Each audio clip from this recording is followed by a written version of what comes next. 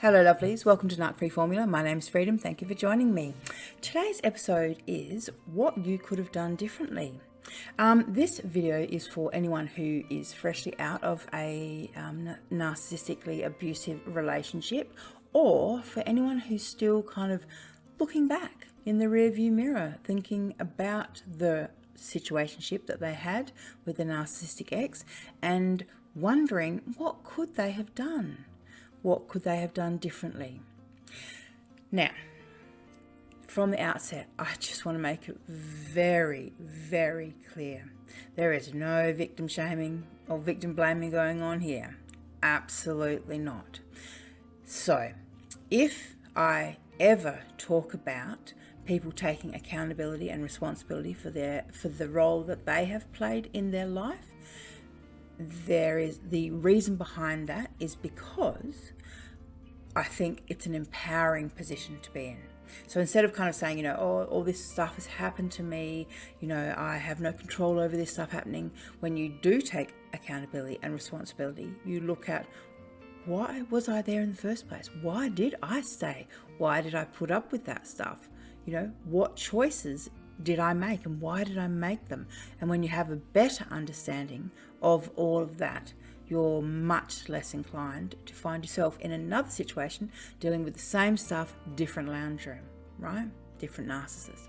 So, like I said, no victim shaming or blaming going on here. However, in saying that, I know that a lot of you do blame yourselves, and I have to just say straight out, absolutely not. No, lovely. There is nothing that you could have done that would have changed the outcome with the ex, your narcissistic ex. Nothing you could have done. I mean this with all sincerity. Narcissists are the type of people who can get everything they want given to them on a platter, handed to them on a silver platter, and the sheer fact that it is now theirs, they own it, they have it, it belongs to them, now it's slightly tainted and they don't look at it the same. It doesn't have as much value as it did before. This is the way narcissists view us. So essentially, when we weren't together with them, they wanted us oh so badly. They needed us. They had to, essentially own us, consume us, draw us in, and, they had to dominate and control us. But once we were in their clutches and we were their victims, at the end of the day, they bully us and they manipulate and they lie and they cheat and they do a whole lot of things that after a while, it destroys love. There, I just said it outright. It destroys love. I used to say to my ex, love and fear do not reside in the same vessel. So when you are fearing someone, you can't love them at the same time, because it's impossible to have fear and love. Like it's, these are two conflicting emotions. But with the narcissist, like I said, over time, they will devalue whatever they have. So literally, you could be a beauty queen, a brain scientist, the smartest, the prettiest, the funniest, the wealthiest. If other people want you, that makes you more valuable in the eyes of the narcissist. If you have esteem, if you're well known in the community, that kind of thing makes you more valuable to the narcissist. But as I said, once they have you and in their minds own you, then you start to be devalued. So this is why I'm saying it doesn't matter what you do. None of it, from the idolization to the devaluation discard, none of that is actually anything to do with you or reality. This is just the narcissistic cycle.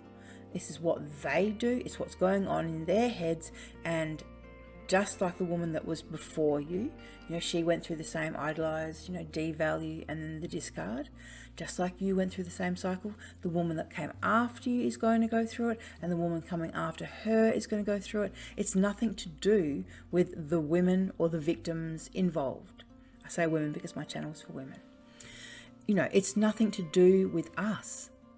It doesn't matter what you do, how you play it, because I used to think to myself at the beginning, I used to think, oh, maybe if I didn't, answer back so much, or maybe if I didn't blah, blah, blah. This is, at the end of the day, it doesn't matter how you play it, what you did, the outcome will always be the same. There is a discard coming. There is devaluation and then there is a discard. That's just the way it goes in a narcissist relationship. These people don't value relationships. They don't value people. They don't have the the mental wiring essentially to actually make proper connections with people. So it doesn't matter how much love you give them. It's like pouring water into a bucket with a hole in it. You can pour all day 24/7 and that bucket will still never be full. Well, that's exactly what it's like trying to love a narcissist. You can't give them enough for it to be enough. It is exhausting. You will burn yourself out. Not only will you burn yourself out, you will destroy the relationships you have with your friends, your family, your co-workers, because you don't have the energy to actually deal with other people, engage with normal everyday, interactions. You're so busy focusing on the relationship and the dramas and the problems and trying to sort things out and doing this and doing that. I mean, I know because I did it for 13, almost 14 years. It was exhausting, absolutely exhausting. And I am someone who has a lot of energy for relationships. When I commit myself to someone or something, I'm very, very committed and I'm, in there for the long haul. I'll sort out any problem we've got. I will do that. That is who I am. And I did it so many times, fixed up things, sorted out the problems. All I really was doing at the end of the day was just wasting my own time, prolonging this problem, this drama, and prolonging my own unhappiness. So when you are asking yourself, oh, maybe if I had done blah, blah, blah, or maybe if I hadn't said da, da, da, none of that's real. Like I said, this is just a narcissist pointing the finger at you while refusing to take accountability. Like every relationship, sure, you made some mistakes, they made a ton, but at the end of the day, this wasn't a normal relationship. This wasn't a normal thing at all. You were dealing with someone who was defective, someone who was deceitful, and someone who had a different agenda to you. You were never on the same team. There was no team us, essentially. There was you, and then there was a narcissist, and you were either being a cheerleader, prepping them up, cheering them on, or in their mind, you were their enemy. It was one or the other. You weren't, there was no family, there was no doing it for the team. That's all just an illusion. One of the many illusions and facades, false constructs that the narcissist actually creates. Is an illusion, essentially. It's all an illusion with the narcissist. So, as I said, they're playing a role, right? They know how it ends. One of the strangest things my narcissist ex said to me when I was leaving, it's fascinating to me in hindsight. He said to me, hang on, let me think about this and get the words exactly right. Might even just pause it just for a second. Hang on one second. He said to me, out of everyone, I'm going to miss you the most. What a strange thing to say to someone who you've been married to for 14 years. Out of everyone, I'm going to miss you the most. Who else is he talking about? Is he talking about the child that we have together, my extended family? I mean, it just seems a very strange thing to say. Out of everyone, I'm going to miss you the most. I mean, he's not wrong. Bless, he's not wrong. No doubt about that. But, what did he mean by that? For me, that's just like a weird insight. Like I always say about narcissists, they always tell on themselves.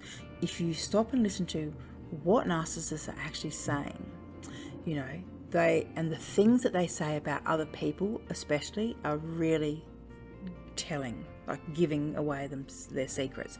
Like a tell is when people play poker, for example, and they pull a certain expression when they've got a full hand or a good hand at cards. And other players will look for that tell. It might be an eyebrow raise, it might be a slight grimace or whatever it is. So there are physical tells that people display when they're trying to suppress and hide how they feel. So the narcissist is very similar. They're always trying to hide information from you. They don't want you to know what's going on. They kind of fill your head with lies, disinformation. They don't want you to actually know what's going on. So they do this kind of poker playing thing where they deliberately try and not show you what's going on in their world, right? But just like the poker player tell, the narcissist, there are tells, and there are things that they will say where if you just literally swap out the words you, so when they're saying, you know, you're sneaking around, you're cheating, you're a liar, you're deceitful, when you swap out the word you for I, it becomes a narcissistic tell.